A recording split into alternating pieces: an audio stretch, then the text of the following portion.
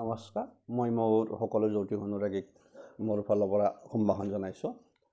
আপোনালোকে নিশ্চয় মোৰ চেনেলটোত জ্যোতিষ সম্পৰ্কীয় বিষয়বস্তু চায়েই আছে, কাৰণ মই কৈছোঁ যে মোৰ চেনেলটোত মই জ্যোতিষ সম্পৰ্কীয় বিভিন্ন বিষয় আলোচনা কৰোঁ।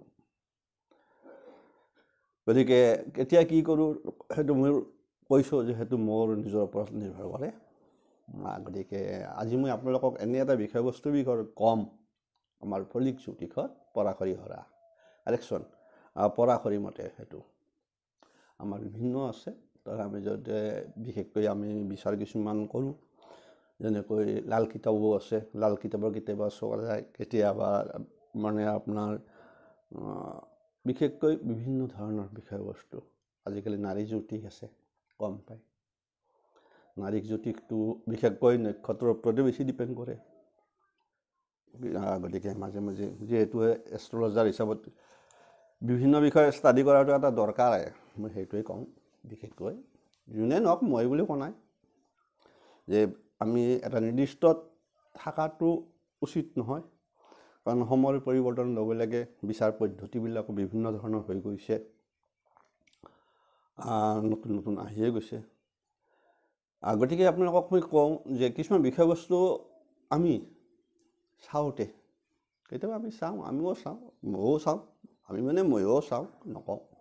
আমি বিশেষকৈ মানুহ এজনৰ ভৱিষ্যতৰ ভাল হ'ব নে টকা পইচা হ'ব নে কেনেকুৱা হ'ব, প্ৰত্যেকটা এজন জ্যোতিষীত পৰা জানিব বিচাৰে। সেইটো একো ডাঙৰ কথা নহয়। মোৰ কথাটো হ'ল যে আজি মই এনে এটা বিষয়ৰ লগত ৰিলেটেড বস্তু ক'ম, যিটো আপোনালোকৰ কাৰণে হয়তো কিছু হ'লেও উপকাৰত আহিব। কাৰণ আপোনালোকে এতিয়া নিজে কিছু চাব পাৰিব। গতিকে আপোনালোকে নিজৰ কুণ্ডলীখন লৈ কিছু গম পাব। আৰু মই কওঁৱে যে মই হাতৰ বিষয়ে কওঁ যে আপোনালোকে নিজে চাই লওক। তাত নিশ্চয় গম পাইছে যে আপোনালোকে নিজে হাতত মই যিটো তথ্য কিছুমান কওঁ, সেইবিলাক একচুৱেলি মানে প্ৰায়খিনি খুব এটা শুদ্ধ তথ্য বুলি ধৰি ল'ব। কাৰণ মোৰ কোনো হেৰিত গমে পাইছে, মোৰ চেনেলটোৰ উদ্দেশ্যই হ'ল যাতে কিছু হ'লেও মানে নিজে জানক জ্যোতিষ প্ৰকৃত সত্যটো। জ্যোতিষীটো বহুত আছে, আপোনালোকে পাইছে, আৰু বহুত ক্ষেত্ৰত দেখা পায়, বহুত আপত্তি মই শুনো, গম পাওঁ। সেই বিষয়ে নকওঁ, প্ৰত্যেকৰে নিজা নিজা কথা, বিচাৰবিলাক পদ্ধতিও বেলেগ বেলেগ। গতিকে সেই বিষয়েও ক'ব নাযাওঁ। মই আজি বিষয়টো ক'ব গৈছোঁ যে এনে এটা বিষয়বস্তু, সেইটো আমাৰ কুণ্ডলী বিচাৰত অত্যন্ত প্ৰয়োজনীয় বস্তু। আমি সাধাৰণতে কৰ্মস্থানটো বিচাৰ কৰোঁ। প্ৰায় কৰ্মস্থানটো ভাল মানে আপোনাৰ চব ভাল, অথবা আমি আৰ্থস্থান চাব। কিন্তু আৰ্থস্থান মানে আয় বৃদ্ধি হ'বনে নাই, আয়টো কেনেকুৱা হ'ব। বিশেষকৈ কৰ্মস্থান আৰু আয়স্থান এইটোতো এটা মোষ্ট ইম্পৰ্টেণ্ট বিষয়বস্তু মানুহৰ জীৱনৰ।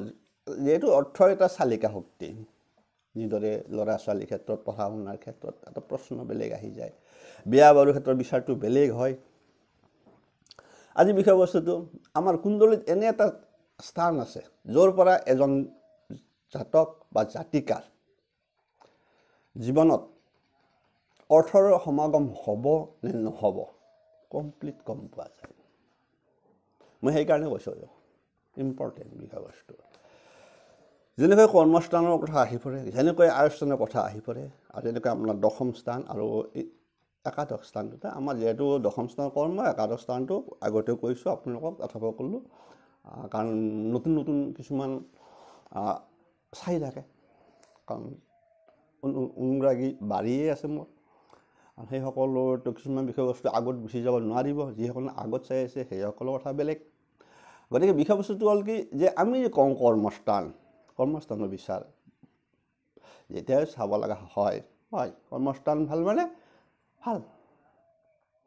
কিন্তু কৰ্মস্থান ভাল হ'লেও যে আপোনাৰ ভাল হ'ব সেইটো হ'ব নেকি? আয়স্থান ভাল, প্ৰশ্ন আছে। আপোনাৰ আয়স্থান ভাল, একাদশ স্থান ভাল, আয় হ'ব।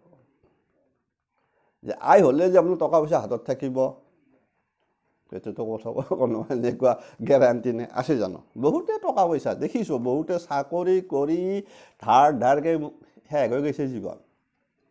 মনত ৰাখিব, কিছুমানে সৰু চাকৰি এটাও কৰি যথেষ্ট কৰিছে, কিন্তু কোনো মৃত্যু আগতে কোনো ল'ৰা ছোৱালীৰ ওপৰত ধাৰ জাপি দি যোৱা নাই। কৰিছেনে? চাব পাৰে বাস্তৱত। সেইটো মই কৈছোঁ, মই কথা ক'লে খোলা খুলি কৈ দিওঁ। আয়টো কৰিব আপুনি কৰ্ম ভাল, আপুনি আয় কৰিব, কিন্তু আপোনাৰ সঞ্চয় থাকে নাথাকে তাৰ কোনো গেৰাণ্টি নাই। দেখিব আপুনি, বহুত দেখিব, চাকৰি লাইফত দেখিব, বহুত দেখিব, ব্যৱসায়ৰ ক্ষেত্ৰতো দেখিব, কিছুমান খুব আগবাঢ়ি গৈ গৈছে, হঠাৎ ডাউনফল। কোনোবা এটা গ্ৰহৰ দশা কালত কি যথেষ্ট উন্নত কৰিছে, আৰু কাৰোবাৰ দশা কালত তাৰ বিজনেছ মানে থৰ আৰু কোনোবা মানুহে ৰখি আছে, কি হয়, শেষটো কি হয় দেখাই পাইছে আপোনালোকে। কিছুমানতো জীৱনে চেষ্টা কৰি দিব লগা হৈ যায়। মই যিহেতু এই বিষয়বস্তুৰ ওপৰত থাকি গ'ল, ইয়াৰ বিচাৰটো ক'ত আছে সেইটোৱে ক'ব গৈছোঁ। এই যে আপুনি কৰ্ম কৰিলে, এই যে আপুনি বিশেষকৈ আয় কৰিলে, আয় কৰিও আপুনি কিন্তু ৰাখিব পৰা নাই, তাৰ বিচাৰটো কিন্তু কৰ্মস্থানত বা আয়স্থানৰ লগত ৰিলেটেড নহয়। মই সেইটোৱে ক'ব, সেইকাৰণে ইম্পৰ্টেণ্ট। আৰু অকল এটা স্থানকৈ এটা স্থান কুণ্ডলী এটা স্থানৰ ওপৰত ডিপেণ্ড কৰি বহু কথা গম পোৱা যায় এই ক্ষেত্ৰত, ধনৰ ক্ষেত্ৰত। এইকাৰণে আমাৰ কুণ্ডলী 2 নম্বৰ স্থানটোত চাব পাৰে, কি লেখাই আছে? ধনস্থান। এইফালে এটা আয়স্থান বেলেগকৈ ৰাখিছে, এইফালে কৰ্মস্থান বেলেগকৈ আছে, কিন্তু ধনস্থানটো ক'ত থৈছে? ধনৰ ভঁৰালটো ক'ত আছে আপোনাৰ? ধনৰ ভঁৰালটো ক'ত আছে? এই 2 নম্বৰ স্থানত আছে। চাব পাৰে কুণ্ডলী উলিয়াই লওক। আপোনাৰ কুণ্ডলী য'ত লং লেখাই আছে তাৰ নেক্সট আপোনাৰ ঘড়ীৰ দিশ কটাৰ দিশত নহয়, বিপৰীত দিশত যিটো চাব 2 নম্বৰ স্থান, লগ নম্বৰ 2য় স্থানটো ধনস্থান। প্ৰত্যেকে জানে, যিখিনি অলপ আজিকালি আৰু প্ৰায় জ্যোতিষী এলান কথা, কাৰণ বহুত যুগটো বহুত চেঞ্জ হৈ গৈছে, কাৰণ বিভিন্ন প্ৰশ্ন কৰে, কেতিয়াবা ভাবোঁ মই হয় কিছুমান আছে, কিছুমান এনেকুৱা প্ৰশ্ন কৰি দিব যে সেইটো মানে এটা পাইছে সেইটোতে একদম খামোচ মাৰ ধৰি আছে। ভাই, জ্যোতিষ এনেকুৱা এটা বস্তু নহয়, বিভিন্ন পদ্ধতি আছে। গতিকে মই ক'ব গৈছোঁ এই ধনস্থান, অৰ্থাৎ আপোনাৰ কুণ্ডলীৰ লগ্নৰ পৰা ঘড়ীৰ এণ্টি ক্লক যিটোত থাকিব তাৰ পৰা 2 নম্বৰ ঘৰ, তাক কোৱা হয় ধনস্থান। এই ধনস্থানৰ পৰাই আপোনাৰ আচল বিচাৰ। যদি ভালকৈ ধনস্থান গম পায়, আপোনাৰ ভৱিষ্যতে আপোনাৰ ইনকামৰ কথাও গম পাব, আপোনাৰ কৰ্মস্থানৰ বিষয়ে, কৰ্মস্থানটো কথা নহয়, কৰ্মস্থানটো ভাল হ'বই লাগিব ধনস্থান ভাল হ'লে, কাৰণ ধনস্থানটোৱে হ'ল আপোনাৰ সঞ্চয়। তাতেই আছে আপোনাৰ আয় ব্যয়ৰ হিচাপ নিকাচ, আপোনাৰ ভঁৰালটো তাতেই আছে। ক'ত আছে? 2 নম্বৰ ঘৰত। সেইকাৰণে 2 নম্বৰ ঘৰ যদি আপোনাৰ কাৰণে ভাল, যদি তাত শুভ গ্ৰহ বহি আছে, তেনে আপোনাৰ ধন ভাল, ধনস্থান ভাল, অৰ্থভাগ্য ভাল। যদি আপোনাৰ তাত যদি অশুভ হৈ আছে, যে চব ক্ষেত্ৰতে চাব লাগিব, ক'ত আপোনাৰ অৰ্থভাগ্যটো ভাল হৈ থাকিব, ক'ত সঞ্চয়। গতিকে এইবিলাক থাকিব আপোনাৰ জমা জৰি, এই 2 নম্বৰ ঘৰ। গতিকে আপোনালোকক মই কৈ দিছোঁ, চাওক, আপোনালোকক মই দেখুৱাই দিছোঁ, অকণমান আপোনালোকে সেই কৰি চাব, কেৱল বিশেষ একো নাই। গতিকে আপোনালোকৰ তেতিয়া গম পাই যাব। অলপ দীঘল হ'লেও উপায় নাই, গতিকে যিবিলাকৰ ইণ্টাৰেষ্ট আছে সেইবিলাকে দীঘল হ'লেও চায়, আৰু যাৰ ধৈৰ্য এনে লাগে আৰু মানে থিতাতে লাগে টকা পইচা ৰাতিৰ ভিতৰত ইমান ধনী হ'ব বিচৰা মানুহ যথেষ্ট আছে। গতিকে সেনেকুৱা নহয়। আৰু এইটো ক'লোঁ মই ধনভাৱ। লগ্ন য'ত লং থাকে সেইটোৱে আপোনাৰ 1 নম্বৰ ঘৰ, এইটোতে আপুনি নিজে। গতিকে 2 নম্বৰ ঘৰটোৱে হ'ল আমাৰ ধনভাৱ। গতিকে এই ঘৰকেইটাত 12টা ঘৰৰ বিষয়ে ক'লে আকৌ দীঘলীয়া যাব, মই নকওঁ। এই কথা কওঁতে বুজি পাব কিছুমান, আপোনালোকক মই কৈ দিছোঁ। এই ধনভাৱৰ গ্ৰহ ধনস্থানটোৰ ওপৰত ডিপেণ্ড কৰিব আপোনাৰ লগ্ন সাপেক্ষে। বহুত কথা আছে। তেতিয়া আমি ক'ত চাব লাগে? মেইন প্ৰথম চাব লাগিব ধনভাৱ আপোনাৰ ভাল, সঞ্চয় ভাল হ'বনে, ধনভাৱ ভাল নে, শুভ হৈ আছেনে, তাৰপৰা যথেষ্ট কাম পাব আপুনি। তেতিয়া আমি গুচি যাব লাগিব ক'ত? প্ৰথম এইকেইটা স্থান চাব লাগিব। মুখ্যতঃ আপোনালোকক কৈ দিছোঁ মই, এই স্থানকেইটা আপোনালোকে চোৱাটো অত্যন্ত প্ৰয়োজন হ'ব। কোনকেইটা? 1 নম্বৰ স্থান অৰ্থাৎ লগ্ন, এই লগ্ন স্থানটো চাব লাগিব। তাৰপিছত 2 নম্বৰ স্থান, এই 2 নম্বৰ স্থান চাব লাগিব, তাত লিখি দিছোঁ। নেক্সট লগ্ন সাপেক্ষে এই 5ম স্থান চাব লাগিব, এই 5ম স্থান। 5ম স্থানটো পুত্ৰস্থানো হয়, কিন্তু তাৰ লগত ধনস্থানো ৰিলেটেড হৈ আছে। নেক্সট আপোনাৰ নাহে আৰু ইয়াত আৰু 7 নম্বৰ 8 নম্বৰ অহা নাই, ডাইৰেক্ট গৈছে আপোনাৰ 9 নম্বৰ ঘৰ। 9 নম্বৰ কিয় চাব লাগিব? আপোনালোকৰ এই 9 নম্বৰ ঘৰটো চাব লাগিব কিয়? এইটো ভাগ্য, আপোনাৰ ভাগ্যস্থান যদি ভাল হৈ থাকে। ভাগ্যস্থান কেতিয়া ভাল হ'ব? যদি ধনস্থানৰ গ্ৰহ যদি ভাগ্যস্থানত বহি থাকে, অথবা ভাগ্যস্থানৰ অধিপতি যদি ধনস্থানত বহি থাকে, আপোনাৰ কাৰণে ভাল। আপোনাৰ কৰ্মও ভাল হ'ব, কৰ্ম হ'লে ধন ভাল হ'ব, আয়ু বৃদ্ধি হ'ব। তেতিয়াই আহি যাব আপোনাৰ এই যে মই 10 নম্বৰ 11 নম্বৰৰ কথা ক'লোঁ, যে এইটো 10 নম্বৰটো কৰ্মস্থান আৰু এই 11 নম্বৰটো আয়স্থান। তাৰপিছত আহিব আপোনাৰ 11 নম্বৰ ঘৰ। 11 নম্বৰটো কৈছোঁৱে, ইয়াত আহিবই, ধনস্থান চালেও আহিব, কিন্তু ৰিলেটেডটো কেনেকুৱা সেইটোৱে ক'ব গৈছোঁ। ঠিক সেইদৰে আপোনাৰ এই যে আপোনাৰ খৰচ বাঢ়ি যাব। কেতিয়া খৰচ বাঢ়ি যাব? যে আপুনি ইনকাম কৰিলে, আপোনাৰ ধনস্থান, আপোনাৰ কৰ্মস্থান ভাল, আপোনাৰ আয়স্থান ভাল, কিন্তু হাতত পইচা নাথাকে, তেতিয়া আহি যাব এইটোৱে আপোনাৰ 12 নম্বৰ ঘৰ। গম পালে কেছটো? যদি আপোনাৰ ধনস্থান কৰ্মস্থান শুভ হৈ থাকিল, কিন্তু 12 নম্বৰ ৰিলেটেড হৈ যোৱাৰ লগে লগে আপোনাৰ আহি যাব সেইটো সমস্যা। যেনেকৈ আয়স্থানৰ অধিপতি যদি এই আয়স্থানৰ অধিপতি ব্যয়স্থানত থাকে, ব্যয়স্থানৰ অধিপতি এইটো 12 নম্বৰটো ব্যয়স্থানত যদি 11 নম্বৰত থাকে, তেনেহ'লে আপুনি যিমান ধন আৰ্জিব আপোনাৰ সিমান খৰচ হৈ থাকিব। বেলেঞ্চ সঞ্চয় আপোনাৰ নহয়। কোনবিলাক জাতক জাতিকা সঞ্চয় ৰাখিব নোৱাৰা? মূল কাৰণটোৱে হ'ল এই 12 নম্বৰ ঘৰৰ গ্ৰহ যদি 11 নম্বৰ একাদশত থাকে, একাদশৰ গ্ৰহ যদি আহি 12 নম্বৰত থাকে, তেতিয়া আপোনাৰ বাঢ়িব, সমান, বেলেঞ্চটো সমান হ'ব। আয়স্থানো বেয়া বুলি ক'ব নোৱাৰে, ব্যয়স্থানো সেনেকুৱা। তাৰমানে আপুনি যিমান খৰচ কৰিলে আপোনাৰ সিমানে আপোনাৰ আউৰি গুচি যাব, এই 8 নম্বৰ 11 নম্বৰ। সেইকাৰণে কৈছোঁ ধনস্থানটো ধনস্থানে, সেইটো থাকিব, সঞ্চয়টোৰ লগত কথা। মূল কথাটো মই কি কৈছোঁ, যে এই ধনস্থানৰ গ্ৰহ যদি আপোনাৰ 5ম স্থানত থাকে, চাব এই 5ম স্থানত যদি থাকে, চাব, অথবা এই ধনস্থানৰ গ্ৰহ যদি আপোনাৰ ভাগ্যস্থানত থাকে, অথবা 11 নম্বৰত থাকে, ইয়াত আপোনাৰ 10 নম্বৰ 7 নম্বৰ এইবিলাকৰ মানে কালেকশ্যনটো নাহে, মনত ৰাখিব। কিন্তু এইকেইটাৰ লগত কানেকশ্যন 5 নম্বৰ আহিব, 9 নম্বৰৰ আহিব, 11 নম্বৰৰ আহিব। তাৰ ওপৰত ডিপেণ্ড কৰিব আপোনাৰ ধনভাৱ শুভ নে, অথবা 1 নম্বৰ ঘৰ যদি ধনস্থানৰ অধিপতি যদি লগ্নত থাকে। দেখাত কিন্তু দ্বিতীয় স্থানটো কিন্তু চাব আপোনাৰ, দ্বিতীয় স্থানত কিন্তু যদি বিচাৰ এনেকৈ চাব যায় লগ্ন স্থানটো দ্বাদশ হ'লেও কিন্তু আপোনাৰ শুভ, লগ্নত শুভ হৈ থাকিব।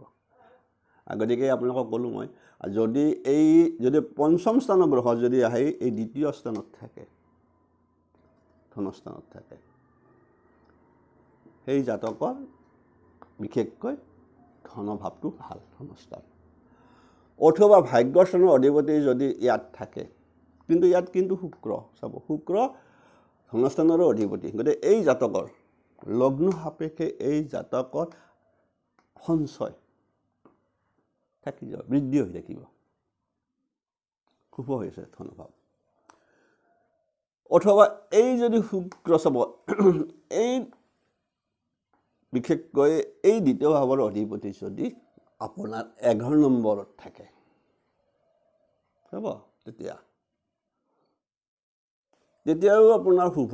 আনফালে কি হৈ থাকে যে এনেকৈ চালে 11 নম্বৰৰ পৰা আপোনালোকে এটা বস্তু দেখা পাব যে এতে যদি একদৰে এই 11 যদি 1 2 3 4 অৰ্থাৎ 4 নম্বৰ ঘৰটো কেন্দ্ৰস্থান হৈ থাকিল, অৰ্থাৎ কি হয় কেন্দ্ৰস্থান হৈ থাকিল কোৱা আছে। আৰু এনেকৈ চালে আপুনি প্ৰায়কেইটা কেন্দ্ৰস্থান, অথবা চাব গ'লে গোটেইকেইটা পঞ্চম, আপোনালোকক চাব মানে দেখুৱাই দিছোঁ, এনেকৈ পঞ্চম দেখে লগ্নৰ পৰা পঞ্চম স্থান, পঞ্চম স্থানৰ পৰা নৱম স্থান, পঞ্চম স্থান মনত ৰাখিব। সেইদৰে নৱম স্থানৰ পৰা এই যে লগ্ন হ'ব বুলি কৈছে, চাওক নৱম স্থানৰ 1 2 3 4 5 পঞ্চম স্থান। সেইকাৰণে কৈছে যে পঞ্চম স্থানৰ অধিপতিও যদি এই নৱম স্থানৰ অধিপতি যদি লগ্নত থাকে, তাৰমানে ইয়াত আৰু এনেকৈ আনফালে চাব গ'লে এটা ইণ্টাৰেষ্টিং কথা আপোনাক কৈ দিলোঁ। গতিকে মনত ৰাখিব যিসকল জাতক জাতিকা এই বিশেষকৈ যে ধনস্থানৰ অধিপতি যদি আপোনাৰ পঞ্চমত থাকে, অথবা নৱমত থাকে, অথবা একাদশত থাকে,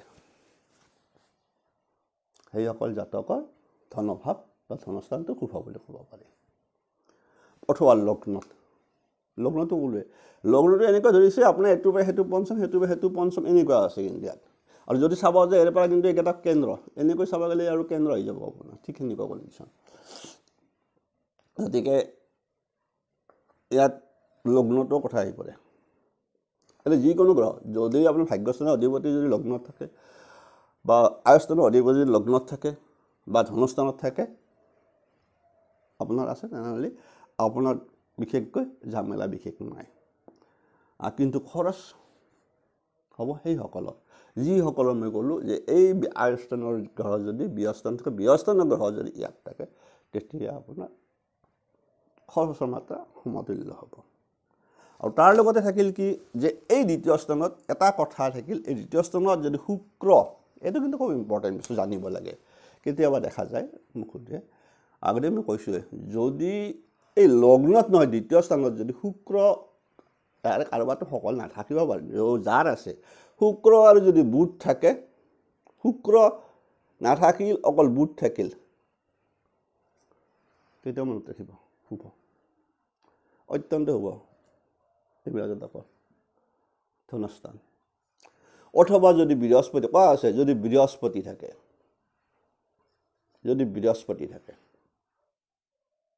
শুভ।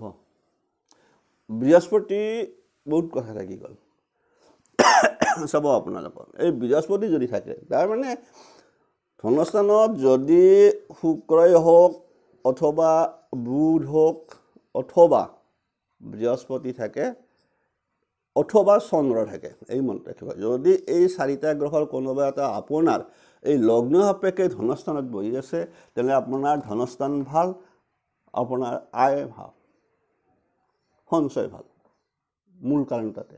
গতিকে যিসকল চাই ল'ব, যিসকল জাতক জাতিকাৰ আহিছে আজি হোৱা নাই, কিছুমান কথা আছে যে এই যে থাকিল ধনভাৱ, বৃহস্পতিৰ কথা ক'লোঁ বা বুধৰ কথা ক'লোঁ, শুক্ৰৰ কথা, কিছুমান ক'ব পাৰে ছাৰ মোৰটো আছে, মোৰটো ভাল হোৱা নাই। আৰে ভাই, আপোনাৰ দশা কি চলি আছে ডিপেণ্ড কৰিব ধনস্থানটো আপোনাৰ ক'ত, এই গ্ৰহকেইটা শুক্ৰ, বুধ, বৃহস্পতি, চন্দ্ৰ, এইকেইটা দশাৰ ওপৰত যথেষ্ট ডিপেণ্ড কৰে। তাৰ লগত কেতিয়াবা দেখা যায় আপোনালোকে হঠাৎ ভাল হোৱা দেখা পায় অকণমান, কেতিয়াবা অন্তৰ্দশাটো ভাল হ'ব পাৰে। আপোনাক কৈ থ'লোঁ, যদি কোনোবাটো দশাৰ লগত কোনোবাটো ধনস্থানৰ দশা যদি হৈ যায়, এইটো ভাল। আৰু কোনকেইটাৰ ক্ষেত্ৰত অলপ অসুবিধা আছে, কোনসকলৰ আপোনালোকক কৈ দিলোঁ মই, দীঘল হৈ যাব বুলি দীঘল নকৰোঁ। বহুতে আপত্তি কৰে বেছি দীঘল কৰা বুলি। হয়, কিন্তু এই স্থানকেইটাত যদি থাকে কি এই ৰাহু থাকে যদি, অথবা শনি, তাৰপিছৰ শনি, কেতু, মংগল, এইকেইটা অশুভ বুলি ধৰা হয়। গতিকে ইয়াত আপোনাৰ বহুত কথা থাকে, এইকেইটাকে ধৰা হয়, ৰবিকো ধৰা এনেকৈ নাযায় ধনস্থানত থাকিলে। কিন্তু আপোনাৰ ৰাহু, শনি, কেতু, মংগল, তাতো কিন্তু এটা সূত্ৰ আছে। যদি কিবা কাৰণত যদি আপোনাৰ ধনস্থানত যদি এই ৰাহুৰ লগত কথা আছে, এই ৰাহুৰ লগত যদি শুক্ৰ থাকে, এই জাতকৰ কিন্তু এই যে আমাৰ লটাৰী চটাৰী টিকট পায় 2 নম্বৰী কৰি পইচা, এইসকল জাতকৰ সেনেকৈ ধন হঠাৎ ৰাতিৰ ভিতৰত বৃদ্ধি হৈ যাব পাৰে। এই যে আমাৰ এই লটাৰীত পায়, গাড়ী পায়, কিবা কোনসকলে পাব? আপোনাৰ এইসকলে পাব যদি শুক্ৰ ৰাহুৰ লগ হৈ থাকে ধনৰ ভাৱত। এইটো খুব ইম্পৰ্টেণ্ট। এইকাৰণে কেইজাত থাকে, সেইকাৰণে নাপায়। যাৰ আছে সি পায়। ইমান কুণ্ডলী কালিৰ মাজত কোনোবাটো পাই যাব, আজি বনাই কালি পাব। কেতিয়াবা আৰু আছে বেলেগ কণ্ডিশ্যন, লটাৰী টিকট পোৱাটো সেইটো নহয়। তাৰ লগত আপোনাৰ 6 নম্বৰ ঘৰো চাব লগা হৈ যায় কেতিয়াবা, মনত ৰাখিব। কেতিয়াবা 6 নম্বৰ ঘৰ চাব লগা হৈ যায়, যদিও আমি সেইটো ৰিপুস্থান ধৰোঁ। গতিকে সেইটোৰ লগত বেমাৰৰ আজাৰৰ কথা আছে, তাৰ লগত আপোনাৰ ঋণ লোৱাৰ কথা আছে।